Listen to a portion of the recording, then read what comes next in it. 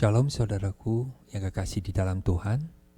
Selamat bergabung bersama saya di Renungan Pagi hari ini, di mana yang saya akan angkat tema di awal tahun 2021 ini dengan suatu tema harapan baru di tahun 2021 ini adalah memenuhi harapan Tuhan pada kita.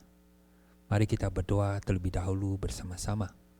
Tuhan, terima kasih Engkau telah menuntun kami melewati tahun 2020. Dan Tuhan, di awal tahun ini, kami Tuhan memohon pimpinan-Mu agar Engkau juga Tuhan membuat kami lebih mengerti tentang kehendak-Mu. Tolong kami untuk lebih mengenal Engkau Tuhan. Kiranya Roh Kudus-Mu memimpin kami lebih masuk lagi ke dalam kebenaran-Mu. Sekali lagi berikan hati kami, hati yang mau taat, hati yang mau dibentuk, hati yang lemah lembut, Tuhan yang mau Engkau perbaharui. Terima kasih Tuhan, tolong pimpin kami di dalam renungan pagi hari ini, agar kami benar-benar mendapatkan berkat rohani yang daripada Engkau. Dalam nama Yesus kami berdoa. Amin.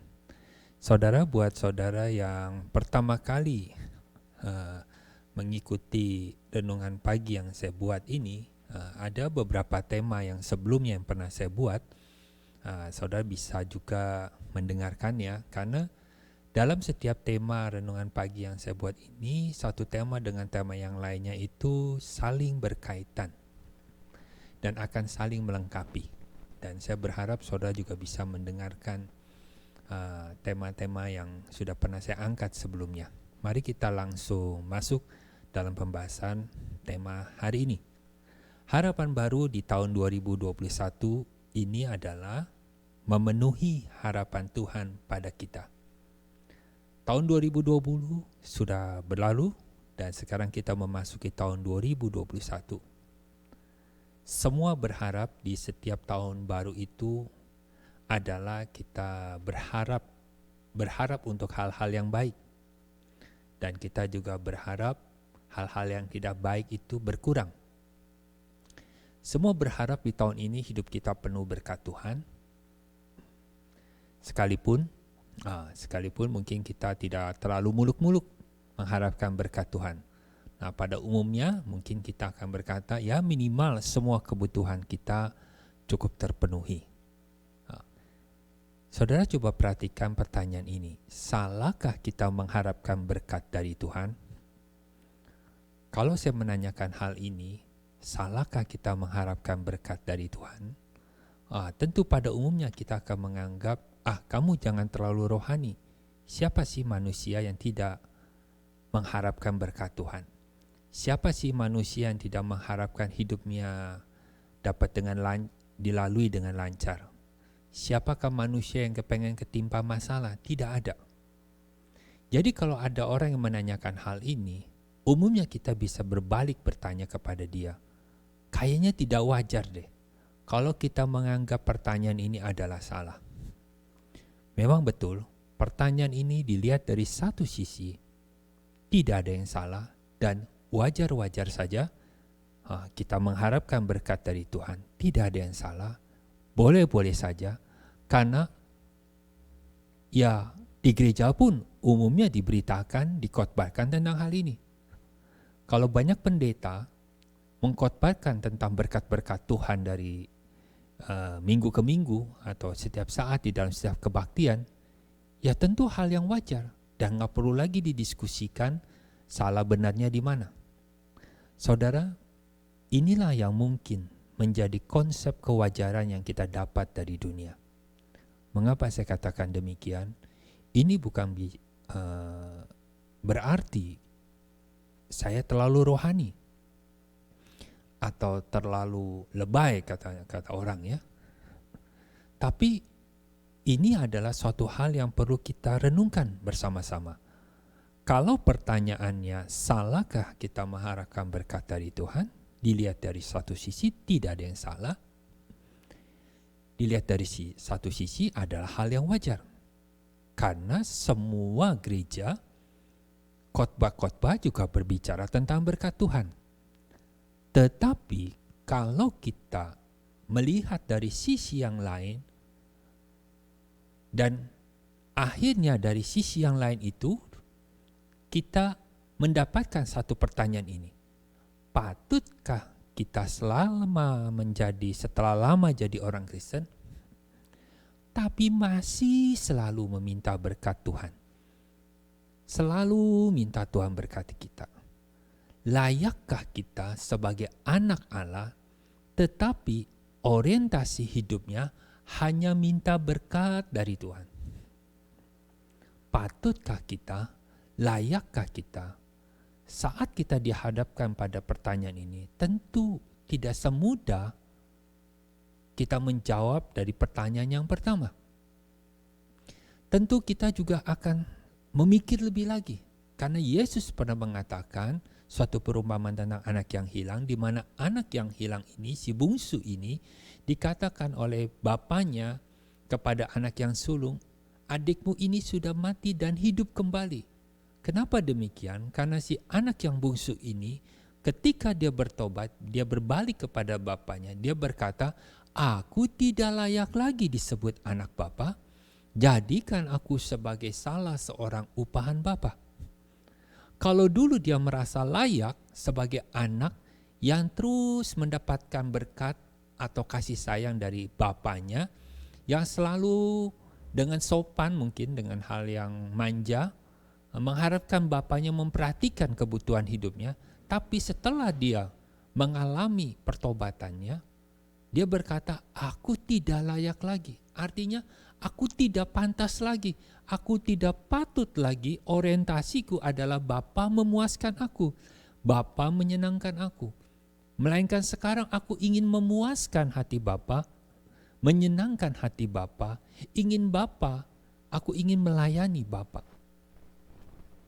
Saudara, mengapa kita akhirnya kita mempunyai suatu konsep kewajaran bahwa wajarlah kalau Allah memberkati kita. Wajarlah kalau di gereja juga memberitakan tentang berkat dari Tuhan, mengajarkan berkat dari Tuhan. Mengapa demikian, saudara? Akhirnya tanpa sadar kita kurang lebih memperhatikan kedewasaan rohani kita.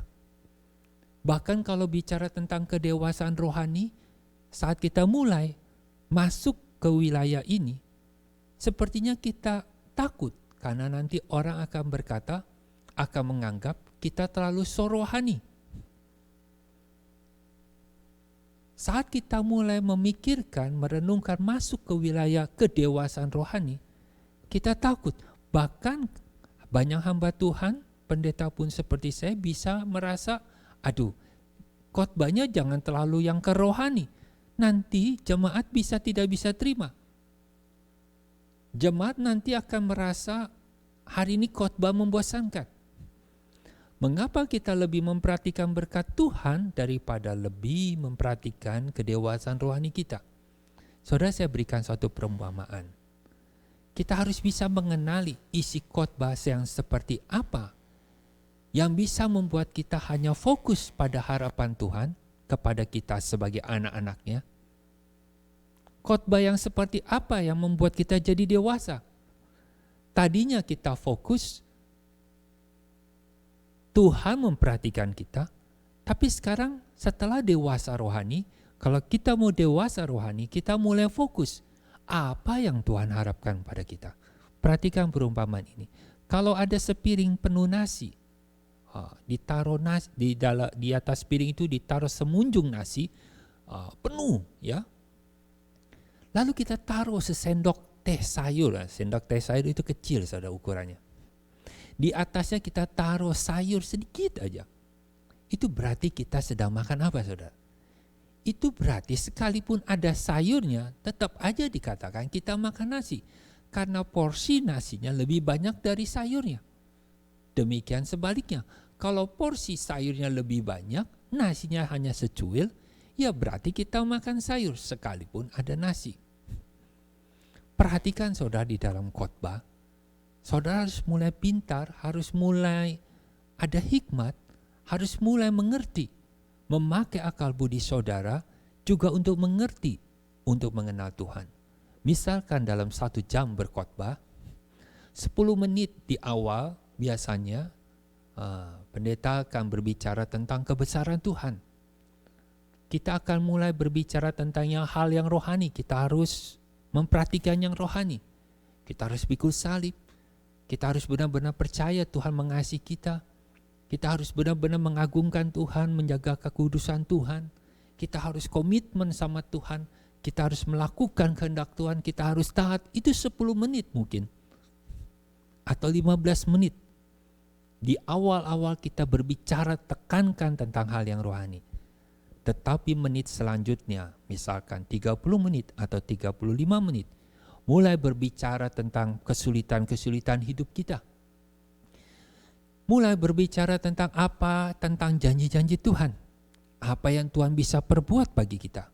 Dan mulai kita berbicara tentang berkat Tuhan dan bagaimana caranya untuk kita mendapatkan berkat-berkat itu.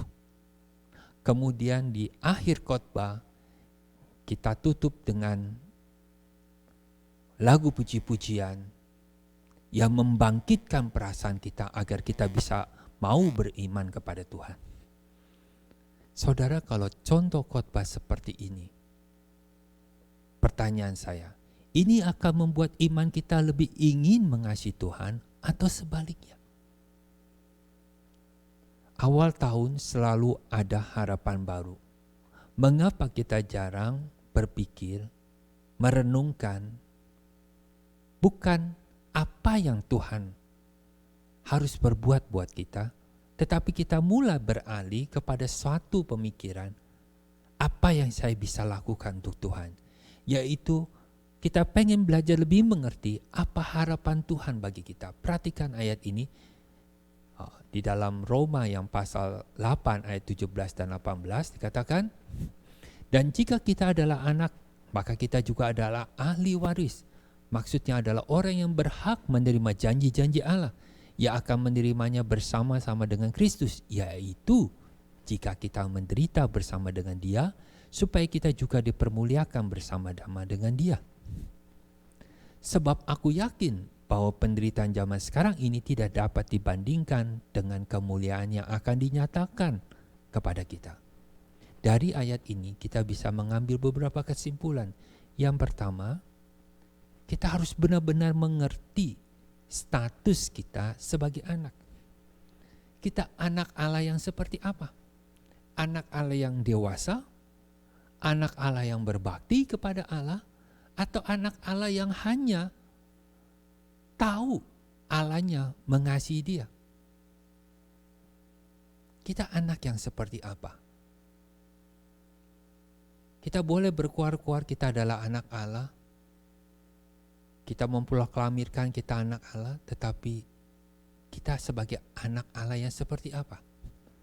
Yang kedua, Allah pasti memelihara anak-anaknya.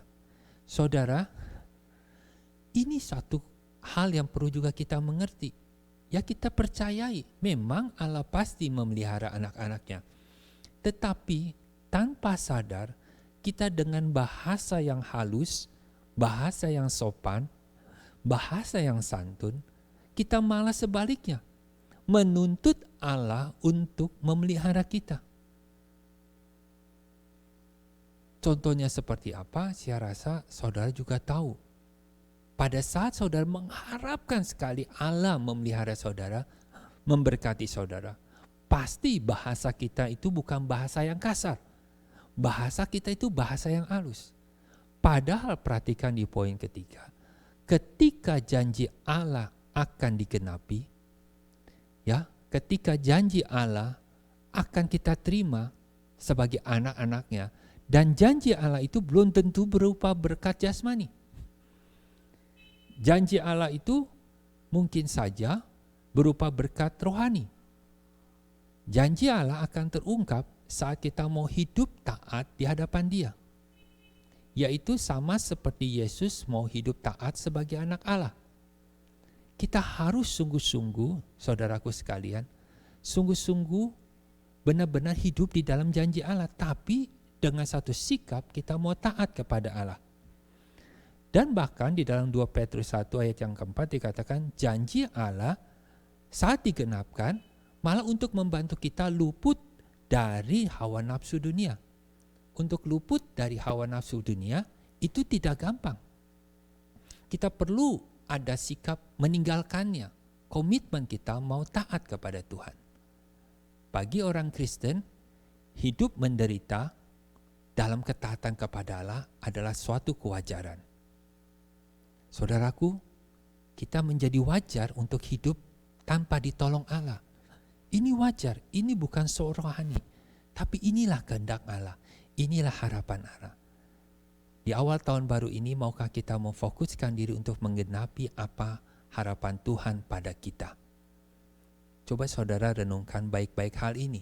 Bulatkan tekad kita di tahun ini untuk dua hal yang penting ini. Yang pertama, kita fokus menyelesaikan pekerjaan Allah, pekerjaan Tuhan yang Tuhan bebankan pada kita. Yang kedua, kita fokus mempersiapkan diri dalam kekudusan untuk masuk dalam hidup kekekalan di rumah Bapa.